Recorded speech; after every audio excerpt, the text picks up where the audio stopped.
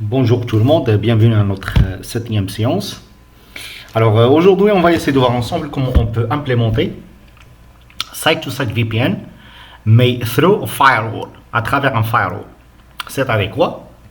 C'est-à-dire par exemple, on a déjà ici two sites, site number 1 site number 2. Alors, بالنسبة les two sites, عندي two routers each, donc router 1 and router 2, ou derrière chaque routeur au niveau de l'opérateur qui a un firewall. Bien sûr, le rôle de la firewall, c'est protéger l'inside network. D'accord? Le rôle de c'est protéger l'inside network. Donc, comment on peut créer un tunnel VPN à travers un firewall? Sachant que là, on connaît déjà que les firewalls, ils sont ici pour bloquer les connexions. Donc, comment je peux permettre seulement les connexions en relation avec VPN? D'accord? C'est ça l'objectif de notre séance. Ça sera Site-to-Site VPN through a firewall. Bien sûr, le firewall il comme Cisco ASA ou bien other vendors, ou bien je peux implémenter des access lists, d'accord? Où il y a ce qu'on appelle un iOS firewall. Très bien. Donc, on va le basic configuration et on va voir ensemble comment on peut réaliser les étapes. Donc, je vais démarrer la topologie. Alors, je vais commencer par les adresses IP. Donc router 1.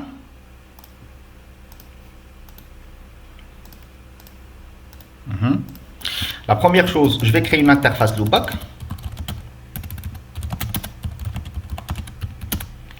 Donc, IP adresse, ça sera par exemple 10.0.0.1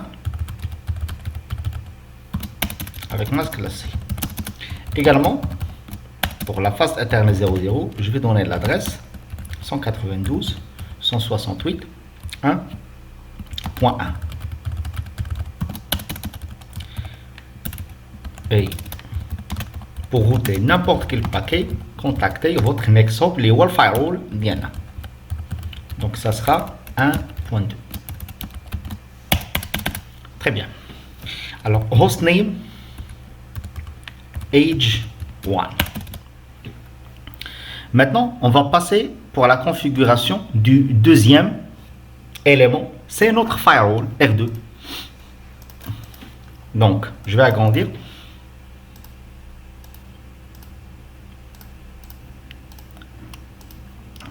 Très bien. Alors, pour l'interface F00, ça sera l'adresse IP 192.168.1.2 et connecté avec l'opérateur avec l'adresse IP public 101.1.1 et puis bien sûr no shutdown et default route.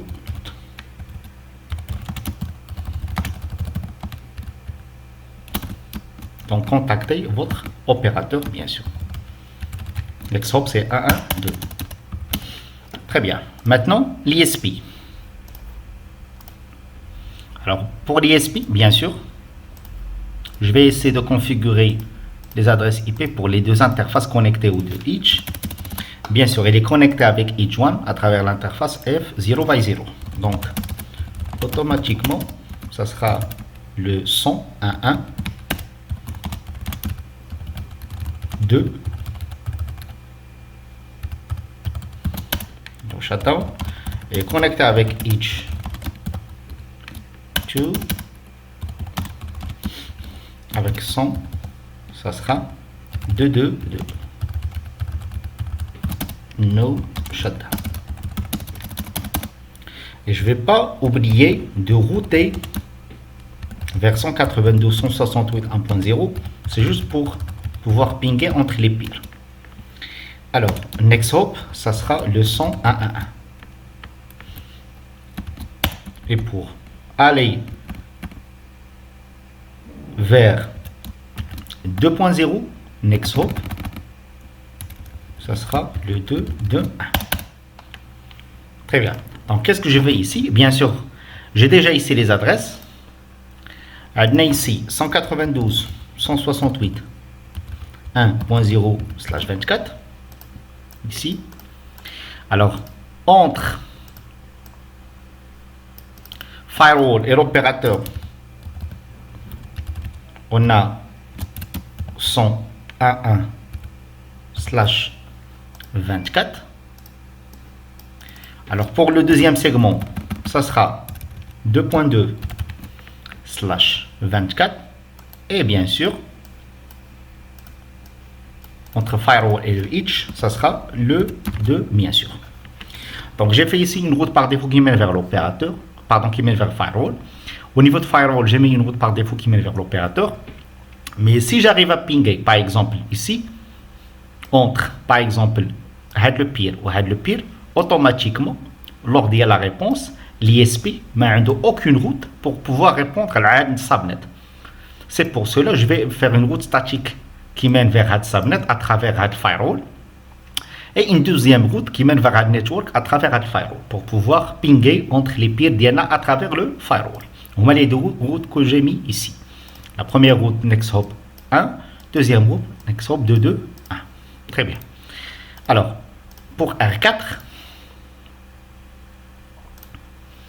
on va configurer le basic tasks. Donc, il est connecté, bien sûr, à travers F00. Donc, IP adresse, ça sera le 102.2.1. Je ne vais pas oublier nos shutdown. Également, default route. Pour router n'importe quel paquet, contactez votre opérateur. Et également ici, il reste R5. Alors, pour R5, on va essayer de donner 192.168.2.1. Donc, ça sera quelle interface? Ça sera le F00.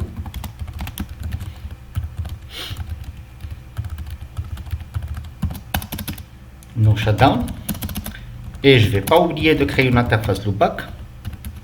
Je vais mettre par exemple IP adresse 11.0.0.1.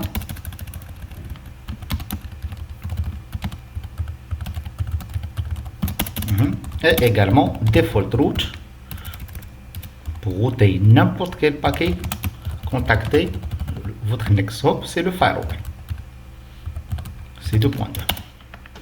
Bien sûr, ici, il faut aller au niveau de firewall. Il faut accéder à l'interface F0/1 et il faut donner l'adresse 2.2.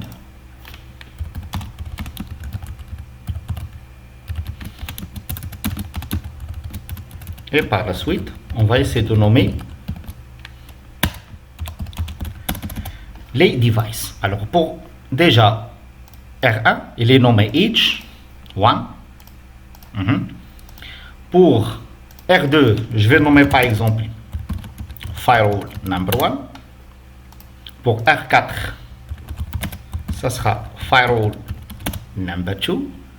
Et pour R5, ça sera H number 2. Très bien. Alors, je vais vérifier la connectivité d'abord entre les peers. Donc, je vais pinguer d'abord sur mon NextHop. C'est 1.2.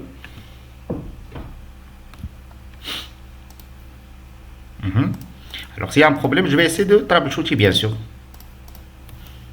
Très bien. Donc, je vais vérifier les interfaces. Il est down. No shutdown. Très bien. Donc, je vais relancer le ping. 1.2. Reachable. Puis, ping sur le 100. 1.1.1. Reachable. 2. Reachable également. Alors, 100.2.2.1. Reachable. Et également, le pire 192.168.2.1.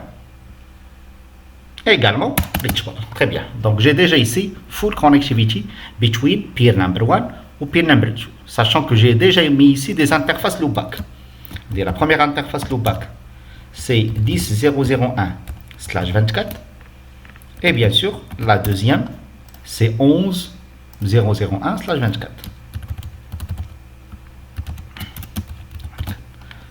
Très bien. OK. Alors maintenant, bien sûr, il y a la connectivité entre le peer. Alors, je vais essayer de convertir le routeur en tant que firewall. De telle façon, il va bloquer les connexions. Alors, simplement, je vais essayer de mettre en place des access lists pour bloquer le trafic. D'accord? Et par la suite, je vais vérifier le ping, bien sûr. Alors, je vais aller vers mon niveau de R2. Je vais créer une access list nommée. Donc, IP access list extended. Je vais nommer par exemple firewall number 1. Alors, maintenant, qu'est-ce que je veux? Je veux laisser seulement les connexions, bien sûr, en relation avec notre VPN. Alors, pour notre VPN, il y a deux phases, comme d'habitude. Phase number 1 ou phase number 2. Phase number 1, il est connu par l'Isaac Camp. Et phase number 2, il est connu par l'ESP. Bien sûr, Isaac Camp, c'est un protocole qui appartient à l'application layer. Il est basé sur UDP, numéro de port 500. L'ESP, c'est un protocole number. Protocole number, normalement, il travaille au niveau de layer 3. Il n'a pas un numéro de port, mais il est identifié par un protocole number 50. Alors, je vais dire au niveau de firewall, elle a bloqué tout, sauf les connexions en relation avec UDP 500, c'est-à-dire en relation avec Isaac Camp, pour laisser passer négociation du phase number 1. Et également, je vais dire au niveau de l'ESP, essayer de l'autoriser également au niveau de l'access list pour laisser passer phase number 2. Donc, si je réalise les deux access lists avec l'action permit, il va autoriser les négociations du channel et par la suite, il ne va pas bloquer la négociation du VPN. Mais à part les deux protocoles, automatiquement deny n'importe quelle connexion. C'est-à-dire, à part la création du VPN, essaie de dropper n'importe quel paquet en relation avec d'autres types de connexions, sauf les connexions en relation avec notre VPN. C'est pour cela ici, qu'est-ce que je vais faire? Je vais essayer d'aller au niveau de firewall. Je vais essayer de permettre, bien sûr, Isaac Camp, il est basé sur UDP, donc permettre UDP ini, d'accord, equal. Alors ici, soit je vais écrire Isaac Camp, soit je vais écrire le numéro de port. Par exemple, je vais écrire le nom du service, Isaac Camp. Et également permit ESP ini, également, puisque c'est un protocole number, je vais le mettre ici parce qu'il n'a pas de numéro de port, equal. Ou bien ici, je peux par exemple mentionner le nom ici, le numéro de port ici. Donc, il y a un des deux choses, soit l'Isaac Camp, soit le numéro de port. Ou ici, je dois mentionner à côté de permit le protocole à permettre. Et à part les connexions, essayer de faire un deny IP ini. Bien sûr, à part des fois qu'il y a un implicite deny, je ne suis pas obligé d'écrire. Mais je vais l'écrire seulement pour savoir est-ce que des paquets qui ont été matchés avec le deny IP ini. D'accord? Donc, je vais appliquer à de l'access list à l'interface F01. Donc, IP access list, bien sûr, firewall number 1 in. D'accord? Alors, généralement, au niveau de firewall, comme ASA par exemple, généralement, ça c'est l'inside. Alors, généralement, il est considéré inside. Alors, il est considéré outside. Inside, outside.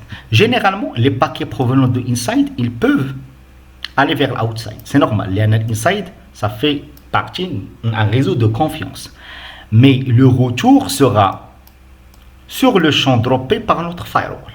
Donc, pour simuler le comportement, j'ai créé l'access list et je l'ai associé à l'interface in. Il y a drop n'importe quel paquet provenant du outside vers inside. C'est pour cela que je l'ai appliqué à la F0/1. Same thing, je vais essayer de faire au niveau du firewall number 2. Donc, IP access list, extended firewall number 2. D'abord, permit UDP ini equal. Cette fois, je vais travailler avec numéro de port. C'est la même chose. Et par la suite, permit ESP, ini, et à part ça, deny n'importe quel paquet.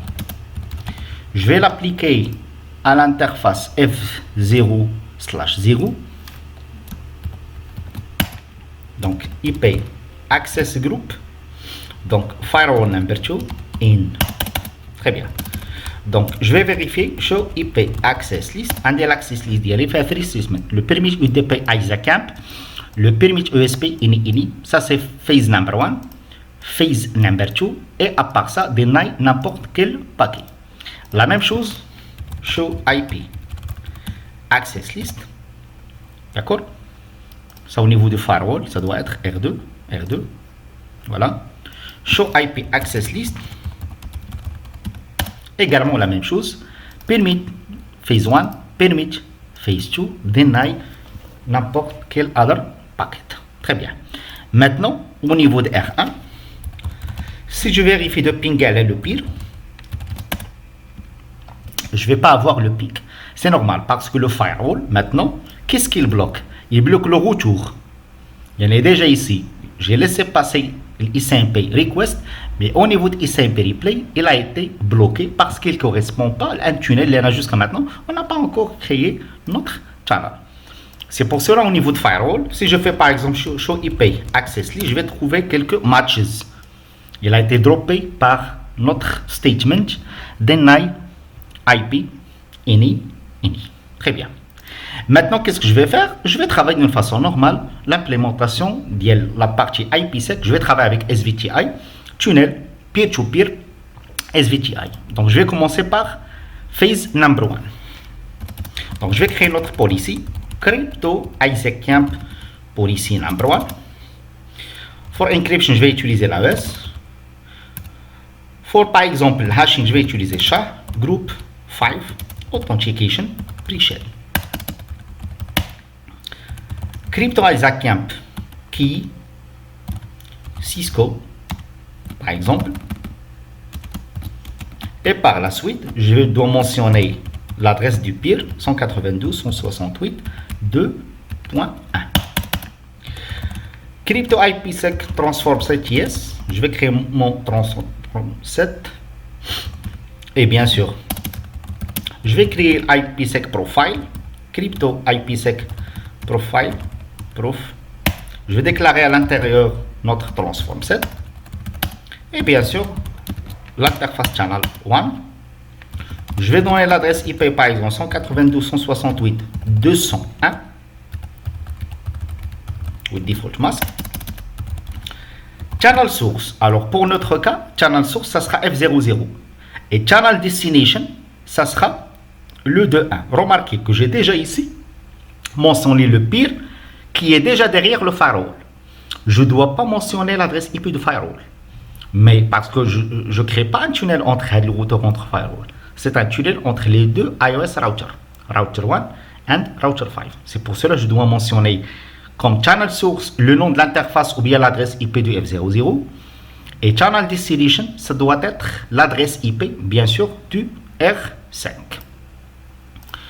Donc, ça sera 192, d'abord channel source F00 et channel destination, ça sera 192.168.2.1. Channel mode IPsec over IP4, ça c'est native version de IPsec configuré à l'intérieur du channel, Diana, d'accord?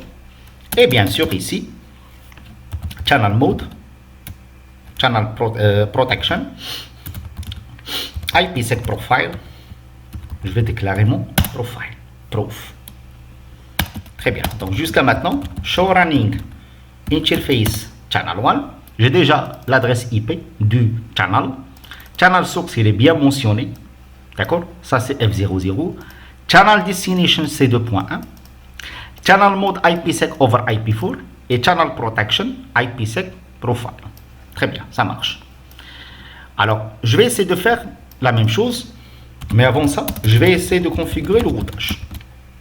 Alors, je vais déclarer mon private network, c'est le 10, c'est le réseau qui doit traverser channel, et je vais déclarer le subnet du channel, 192.168, c'est 200.0. show IP protocols. Jusqu'à maintenant, le UGRP Routing Protocol, il est en train d'annoncer le private network et le subnet du channel. Donc, je vais passer vers R5.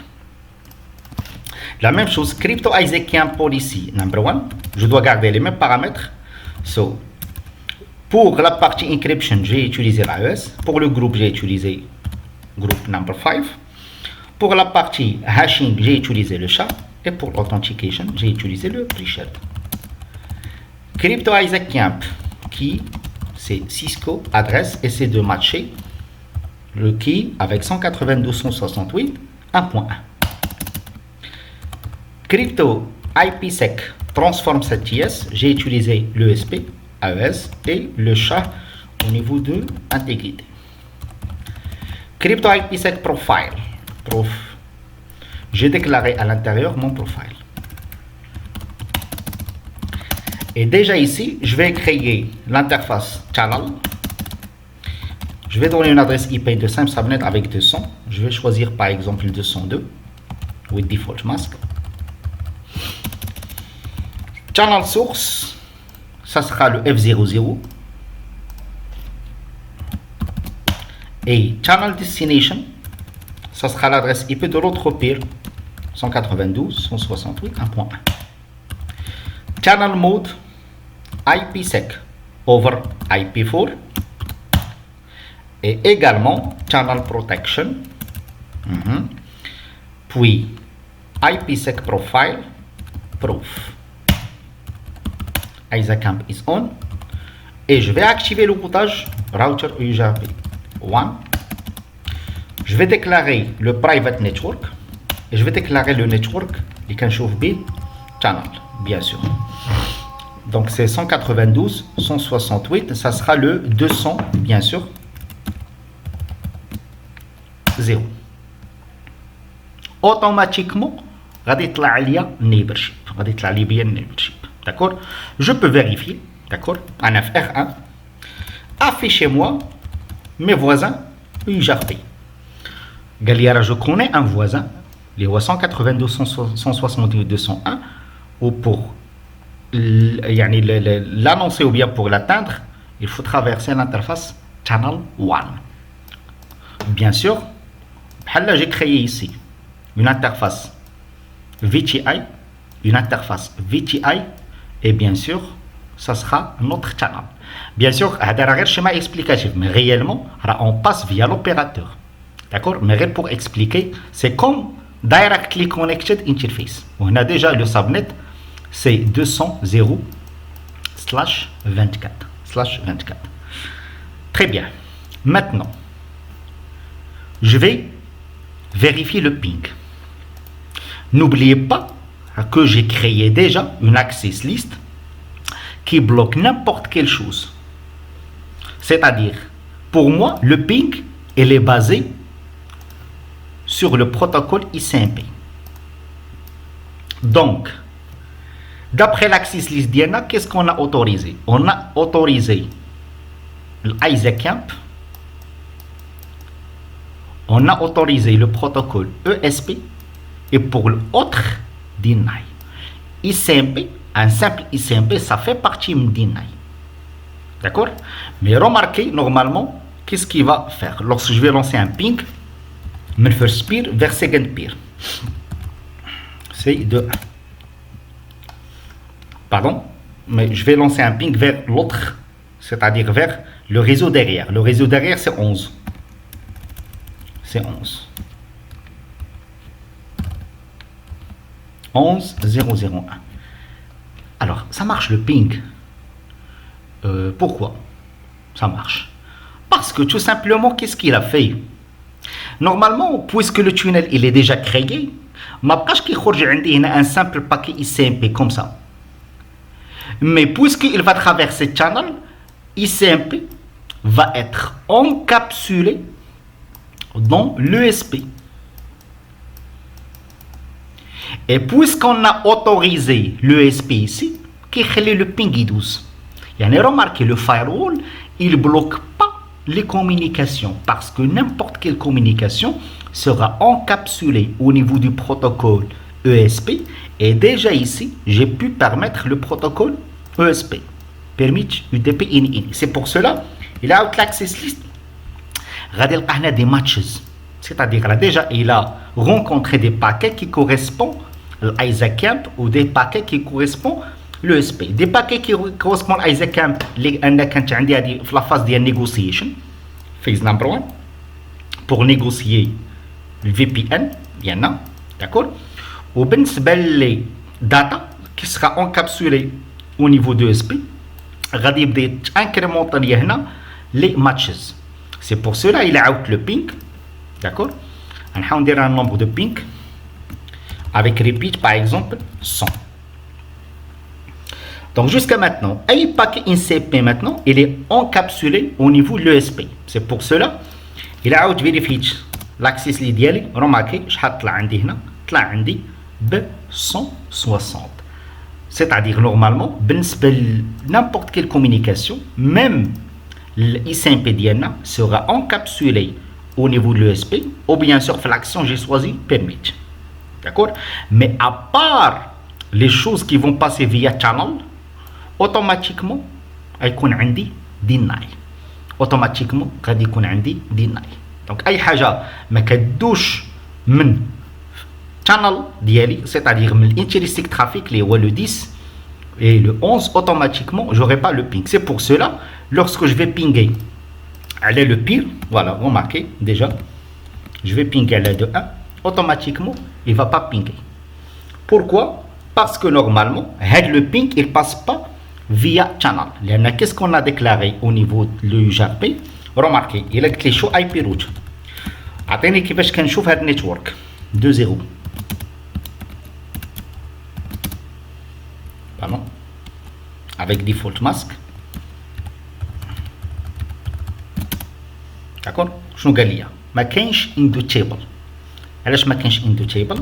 حيت tout simplement عندي déjà هنا default route. default route. Donc automatiquement qui صيفطوا الفايروول. الفايروول غادي يصيفطوا bien sûr l'ISP. l'ISP غادي يصيفطوا bien sûr l'R4. D'accord. Mais remarquez qu'est-ce que j'ai fait ici. J'ai fait des access lists pour bloquer. يعني إلا ما لقاش pratiquement un trafic provenant du first subnet vers second subnet اللي هما les seuls autorisés de passer via channel, automatiquement le trafic sera droppé par notre access list. اصلا هذا هو الرول ديال الفايرول, c'est dropper le paquet qui ne correspond pas à notre purpose. Notre purpose, c'est déjà véhiculer les informations à travers channel. Je des informations, on a les data qui se trouvent derrière les edge routers, les sont considérés en tant que intrinsic traffic. Ça veut dire que tout simplement, que ce soit عندك هنا ASA, que ce soit checkpoint, FortiGate, PowerAuto, qui ما كانت type ديال vendor ou le type ديال appliance, automatiquement, il faut autoriser phase number 1, c'est-à-dire UDP 500. Il faut autoriser l'ESP, protocole number 50. Et bien sûr, je vais laisser les informations du channel véhiculées à travers les deux, sachant que Isaac Camp, ça définit phase number 1, ou pour l'ESP, définit phase number 2. C'est pour cela, normalement, on aura besoin de mettre en place le firewall, d'accord, avec les statements, et bien sûr, le ping sera reachable. Pourquoi? Parce que le tout sera encapsulé au niveau de protocole ESP.